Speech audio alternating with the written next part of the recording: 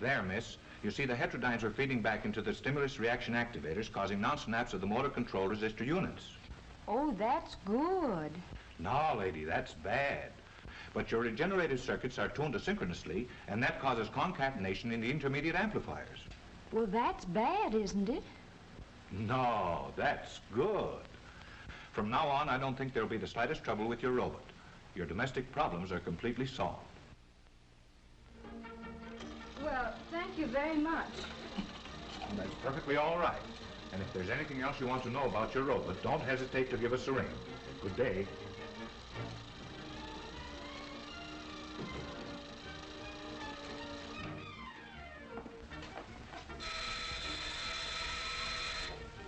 Rollo, answer the door.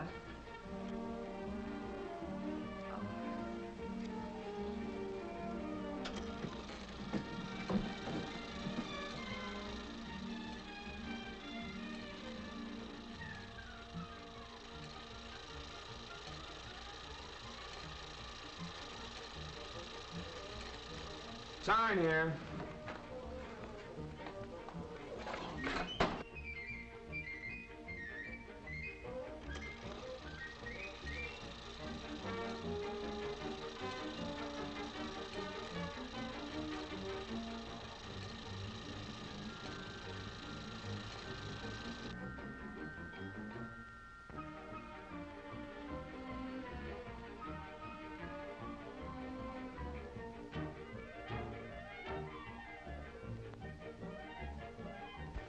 Lars, Rollo, fix.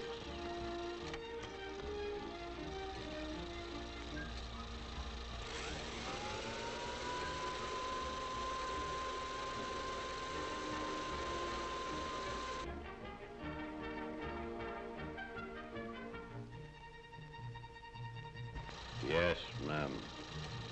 Rollo, get.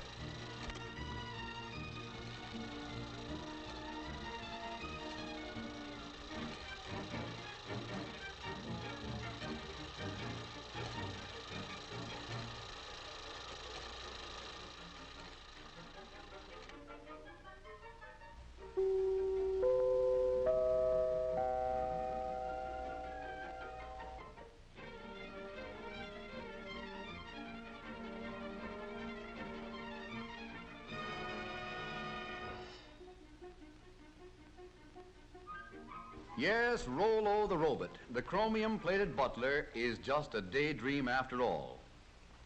But not so Rollo's little brother and sister robots, the millions of small mechanical servants that never ask for afternoons off, the amazing machines and gadgets that almost seem to think for themselves. The tiny clockwork brains and heat regulators on our kitchen stoves apparently do almost everything except read the cookbook. Thinking machines like this keep golden brown slices of toast from turning into slabs of charcoal and keep the coffee hot until we're ready to start dunking. Then there's a tea kettle that's been trained never to boil dry. When the water is gone, the kettle simply pulls out its own attachment plug. And here's a gadget that ought to rate a bow from every dog in the country. A Fido feeder that never forgets when the pup is dining home alone and the rest of the family is dining out. What's more, it tells him when to come and get it. In offices and schoolrooms, too, robots have learned to turn on the lights. This little electric eye measures the amount of daylight coming in the windows. When the light level outside drops below the requirement for good visibility, this robot throws a switch, and the first bank of lights goes on. No robot machine has ever been accused of being absent-minded or careless at its work. Here, a robot that never sleeps nor winks, nor looks out the window, stands guard over the men who work at this giant press. As long as the robot can see the man, the press won't budge an inch, and that's mighty important on a big job like this. Did you ever hear of anyone getting his lap caught in an elevator door? That can't happen here, because as long as there's anything in the way, this door can't close. Step back, please. There's plenty of room in the rear of the car.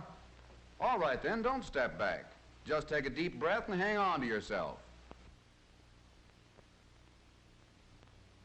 One little robot, for example, always remembers to serve drinks when it sees anyone walking around with a thirst. A beam of light is aimed across the fountain and into an electric eye. When the beam of light is broken by a solid object, such as this head, the electric eye control opens the faucet and there's your drink. This particular device is an automatic fire sprinkler. Someday, maybe someone will invent a robot that can take a joke. Some robots have even learned to fly. Tiny automatic brains in giant airliners, sensitive to the slightest change in balance or direction, relieve the busy pilots of the job of keeping the wings level, the nose on the horizon, and the plane headed in the right direction. Don't look now, but this motor car is simply full of robots. In the carburetor is a diet specialist, a brainy collection of jets and valves and floats that serve a health menu of gasoline calories and fresh air vitamins to the engine, a menu that varies with every change in speed or load. The engine likes its meals served not too hot and not too cold. So in the intake manifold, another mastermind with a nervous system sensitive to heat uses hot exhaust gases to warm the mixture before it goes into the engine. Step right up close to the platform and see the Siamese robots. These robots attached to the distributor are always worrying about the spark in the engine. One is sure that the spark ought to be advanced. The other is equally sure that it ought to be retarded just a trifle. But they never argue. Each takes his turn according to the speed and load, and between them, they manage to stage a grand performance every time they go on the road. One little robot, a very small but intelligent brain, sits up back of the engine in the voltage regulator and keeps close tabs on the generator to see that the generator makes enough current to keep the battery fully charged, but not too full. And still another deep thinker rides way up in front. Its job is to keep water from cooling off in the radiator until the engine is warmed up to a good working temperature. Then, in the vacuum power gear shift, there's a robot strongman who thrives on almost nothing at all. With a bit of a vacuum, this sturdy fellow can almost shift for himself if we'll just tell him what we want him to do. Robots have even taken up the art of dial twisting in our radios. All we need to do is push the button and listen. Driving wouldn't be half so much fun if we didn't have that phantom crew of intelligent robots to help us. Every day in our homes and offices, as well as in our motor cars, hundreds of these little robots are doing more things for us than we realize, taking care of the routine tasks and leaving us free to live and work and play in greater ease and comfort and safety.